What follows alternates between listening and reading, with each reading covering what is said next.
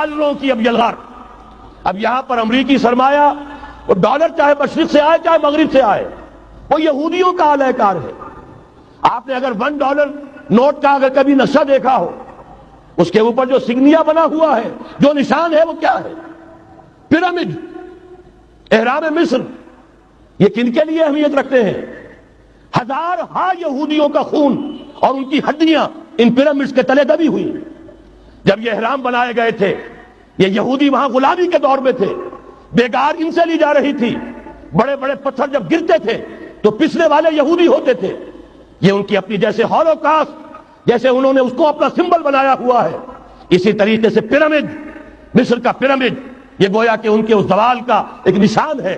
اور اس پر ایک آنکھ بنی ہوئی ہے، ایک آنکھ، کان دجال کی آنکھ وہ دیکھ رہی ہے. عجیب ہے یہ سمبل.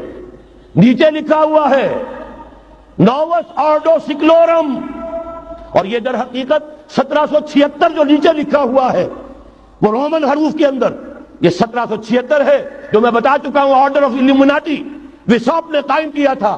عام دنیا یہ سمجھتی ہے کہ شاید یہ امریکہ کا یوم آزادی ہے، سن آزادی ہے. 1 مئی اس آرڈر آف الومناٹی کی تاسیس 1 مئی کو ہوئی ہے. یہ 1 مئی جو منایا جاتا ہے دھوکہ یہ دیا گیا ہے کہ یہ شکاگو کے جو مزدور ہیں ان کی یادگار ہے. حقیقت میں یہ 1 مئی اور 1776 آرڈر آف الومناٹی کی تاسیس کی تاریخ ہے. ڈالر میرے اس دیش کو ناپاک نہ کرنا. اور میں تو انہیں داد دیتا ہوں جو کچھ انہوں نے، شاعر کہتے ہیں اس کو جو صاحب شعور ہے، اس صاحب شعور نے جو مشاہدہ کیا ہے کہ ڈالر آئے گا تو کیا آئے گا ہمارے ہاں. میری تو فکر کے اندر رچ بس گیا ہے. پاکستان کے بارے میں جب کہا تھا اے آندھیوں سنبھل کے چلو اس لیار میں، امید کے چراغ جلائے ہوئے ہیں ہم. ہماری امیدوں کے چراغ ہے یہ. اسلام کا گہوارہ بننے والی ملک ہے یہ. اس کو ہم نے قائم کیا تھا اسلام کے لیے. یہ آندھیاں نہ چلیں. اس ملک کو ہم نے اسلام کے چراغ جو ہے ہم نے اس میں روشن کیے ہوئے ہیں. اے آندھیوں سنبھل کے چلو اس لیار میں، امید کے چراغ جلائے ہوئے ہیں ہم. بہرحال یہ تیسرا سیلاب ہے، ننگی سرمایہ داری، جس کی پھر لعنتیں ہوتی ہیں. ایک طرف فقر، ایک طرف احتیاج، ایک طرف بھوک، ایک طرف دولت کے انبار. پہلے بھی ہمارے ہاں فرق کم نہیں ہے، لیکن اب جو ہوگا اگر یہ بات پوری ہو گئی تو ننگی سرمایہ داری. اور سرمایہ داری ہی در حقیقت یہود کا سب سے بڑا ہتھ کنڈا ہے. یہ بینکنگ کا نظام، یہ سارا کا سارا سودی نظام، یہ IMF، یہ ورلڈ بینک، یہی تو ان کے سب سے بڑے ادارے ہیں. تو واقعہ یہ ہے کہ 3 طرف سے ہم پر حملہ ہو رہا ہے. اور یہ سود کے بارے میں کیا کہا تھا اقبال نے؟ اضربا آخر چمی زائد فتن. اس سود کے ام الخبائث کے پیٹ سے سوائے فتنوں کے اور کیا برآمد ہو سکتا ہے؟ کس نہ داند لذت قرض حسن. کسی کو قرض حسنہ کی لذت یاد نہیں رہی. بغیر سود کے قرض دو. تمہارے پاس فاضل رکھا ہوا ہے کسی بھائی کو دو کہ وہ اپنی معاشی گاڑی کا پہیہ چلا لے، پھر اصل واپس لے لینا. اگر اتنی ہمت نہیں ہے کہ ان تصدقوا فهو خیر لکم، صدقہ ہی کر دو تو سب سے اچھا ہے. دے ہی ڈالو اپنا فاضل سرمایہ.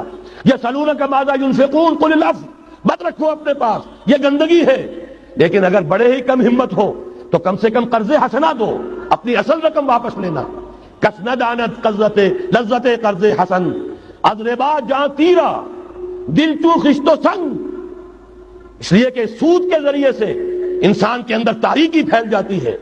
دل جو ہے اینٹ کے مانند، پتھر کے مانند سخت ہو جاتا ہے، کٹھور. ثم قست قلوبکم فہی کالحجارۃ او اشد قسوہ. آدمی درندہ بے دندان و چنگ، اور انسان بغیر اس کے کہ بھیڑیوں والے دانت ہوں اور بھیڑیوں والے پنجے ہوں بھیڑیا بن جاتا ہے. بہرحال اب کرنے کا کام کیا ہے اس کو سمجھیے. اس پوری صورتحال کا میں نے آپ کے سامنے نقشہ پیش کر دیا. ایک طرف مغرب سے نیو ورلڈ آرڈر، جو نیو ورلڈ آرڈر ہے اس وقت کی سپریم پاور آن ارتھ امریکہ کی سرپرستی میں بڑی تیزی کے ساتھ حملہ آور ہے. دوسری طرف وَمَكَرُوا وَمَكَرَ اللَّهُ وَاللَّهُ خَيْرُ الْمَاكِرِينَ. اللہ کو پامر دیے مومن پہ بھروسہ، ابلیس کو یورپ کی مشینوں کا سہارا.